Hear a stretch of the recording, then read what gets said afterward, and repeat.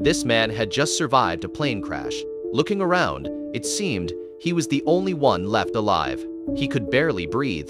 Looking down, he saw a metal shard stuck in his stomach. He gritted his teeth and pulled it out. After unbuckling his seatbelt, he fell out of the wreckage. Suddenly, he heard something. It was one of his teammates. 1 hour earlier, he and a woman had arrived at the last zombie-free city. They came to learn the secret of how this place stayed safe. Today was the city's big festival.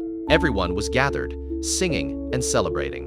But no one noticed the massive swarm of zombies outside the walls. People danced on, even as the undead began to scale the walls. A soldier on patrol noticed something was wrong, but it was already too late. The zombies had broken in. Panic spread instantly. The military responded, but it barely helped.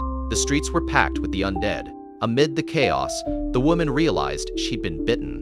The man didn't hesitate. He chopped off her hand to stop the infection. At that moment, their escort helicopter came under attack. It was no match and quickly went down. With no choice, they searched for a civilian aircraft. A teammate helped them hijack a plane. The pilots opened the cockpit door, and they took off just before the zombies closed in. They thought they were safe, but the man noticed something strange. The dog on board kept barking at one spot. He remembered how the zombies had avoided a sick boy earlier. He radioed this intel back to base. Meanwhile, the dog stood barking outside the bathroom. A flight attendant opened the door. A zombie burst out. The plane jolted violently. The man rushed to check. Through the gap, he saw passengers being torn apart. People tried to block the aisle with luggage, but the zombies broke through with ease. Panic took over the cabin.